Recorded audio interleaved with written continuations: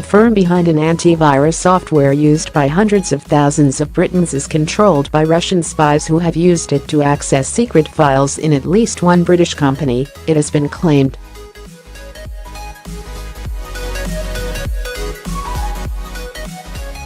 Cybersecurity technology produced by Moscow-based Kaspersky Lab is installed on computers around the world in a range of sensitive sectors including finance and energy.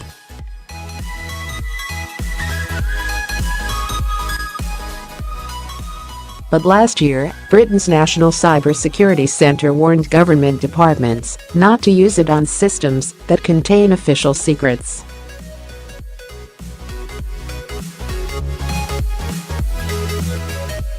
It was also banned for use by U.S. federal bodies amid claims it had been used by Russian spies to gain access to National Security Agency files.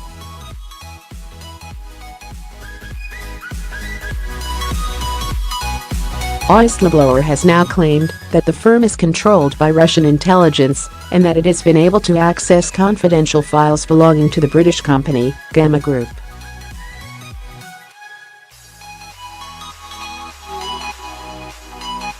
Kaspersky denies the claims. According to The Times, a former Kaspersky senior manager claimed that there were once two factions within the firm, one independent and another close to Russian intelligence.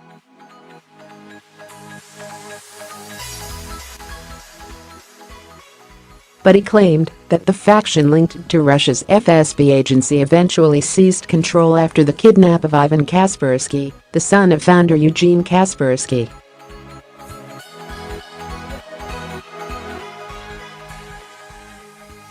Ivan was freed in an operation by Russian special forces after his kidnappers demanded a $4.5 million ransom, which, according to his father, was never paid.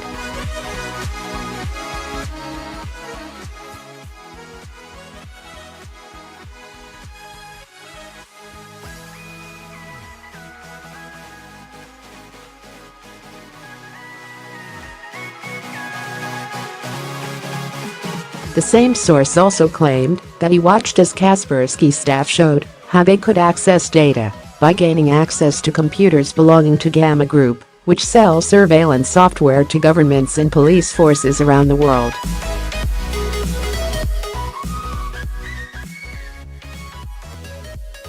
Antivirus software such as those created by Kaspersky can become a tool for espionage because it scans and can access all files in a computer or network.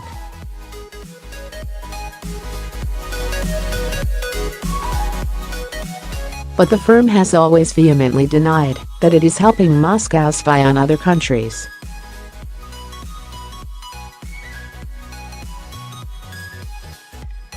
A Kaspersky spokesman denied the allegations when approached by The Times and questioned the accuracy of the claims in Medusa's report.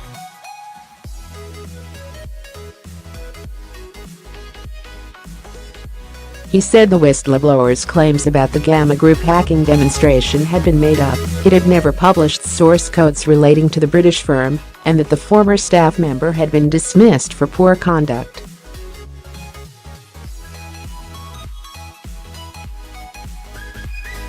The spokesman is quoted as saying, "Yet again, these articles present no substantial evidence of any wrongdoing the company is continuously accused of."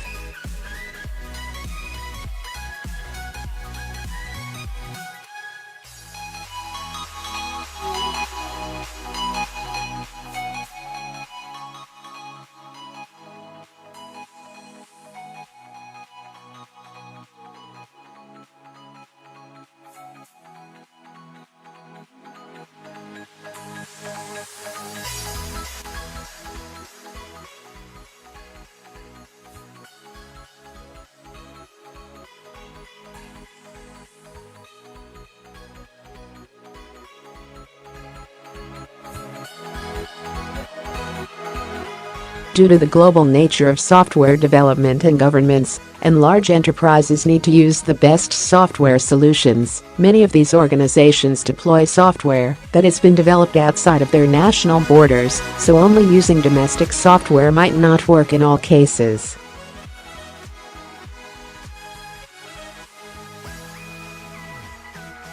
Last year, the U.S. Department of Homeland Security issued a directive ordering civilian government agencies to remove Kaspersky software from their networks within 90 days.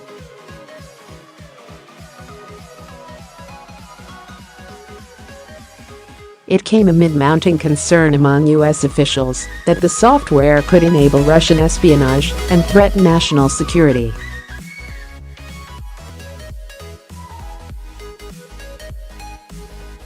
News reports linked Kaspersky software to an alleged theft of cybersecurity information from the U.S.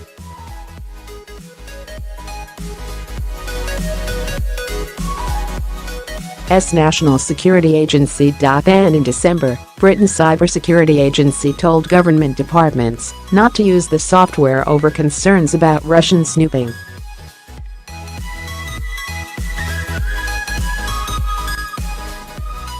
Ciaran Martin, head of the National Cybersecurity Center, said Russia is acting against the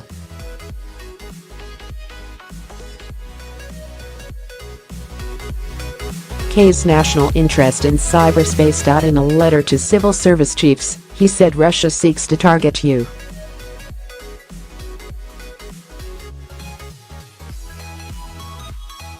central government in the UK's critical national infrastructure. He advised that a Russia-based provider should never be used for systems that deal with issues related to national security.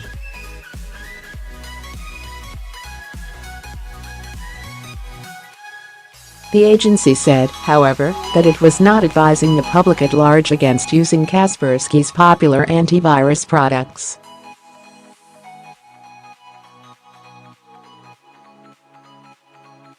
This stance has been criticized by Yvette Cooper, chairwoman of the Home Affairs Select Committee, according to The Times.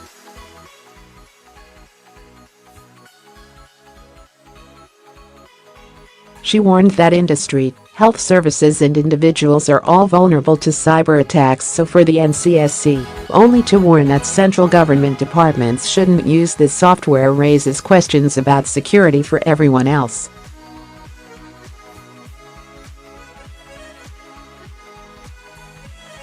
A spokesperson for the National Cybersecurity Centre told Mail Online, the NCSC wrote to all UK government departments last December recommending against using Russia-based app providers for systems dealing exclusively with national security issues.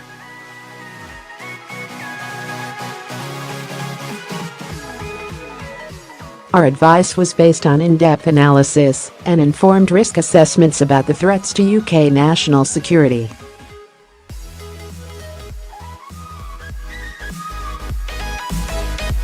The overwhelming majority of UK individuals and organizations are not being actively targeted by the Russian state.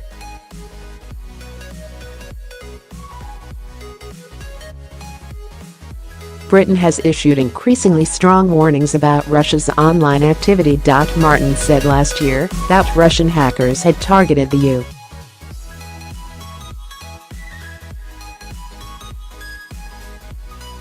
U.S. media, telecommunications, and energy sectors in the past 12 months. U.S. authorities are also investigating alleged Russian meddling in the 2016 presidential election, and some British lawmakers have called for a similar probe into the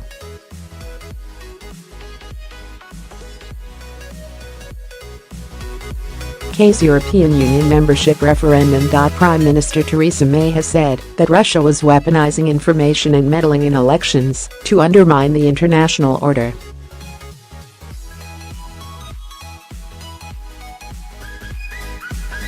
Kaspersky has vehemently denied that it is helping Moscow spy on other countries and has gone to court in an attempt to overturn the U.S. government's ban on its products.